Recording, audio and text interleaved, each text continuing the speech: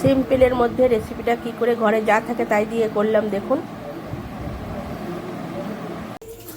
আজকে আমরা চাউমিন করব। দেখুন চাউমিনগুলো ভালো করে একদম একটু গরম জলে দিয়ে তুলে রেখে দিয়েছি। খুব একদম গ্যাদগেদে করে আমরা করিনি, শক্ত শক্তই আছে। আর এখানে মশলা লাগবে, আদা রসুনের পেস্ট আছে, একটু গরম মশলা আছে, একটু মিট মশলা, লঙ্কা গুঁড়ো, লবণ, হলুদ, জিরে গুঁড়ো, ধনে গুঁড়ো, সব রকম মশলা দিয়েছি।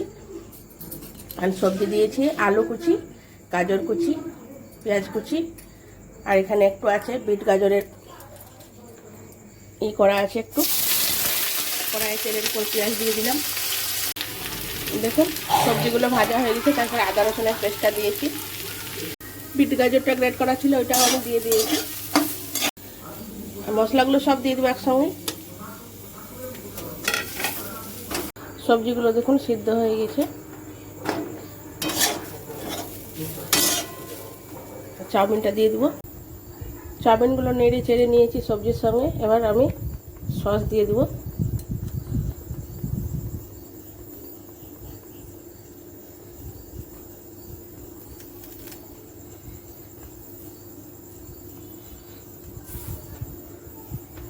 ভালো করে নেড়ে চেড়ে নেব। চাউমিনটা দেখুন আমার একদম রেডি হয়ে গেছে।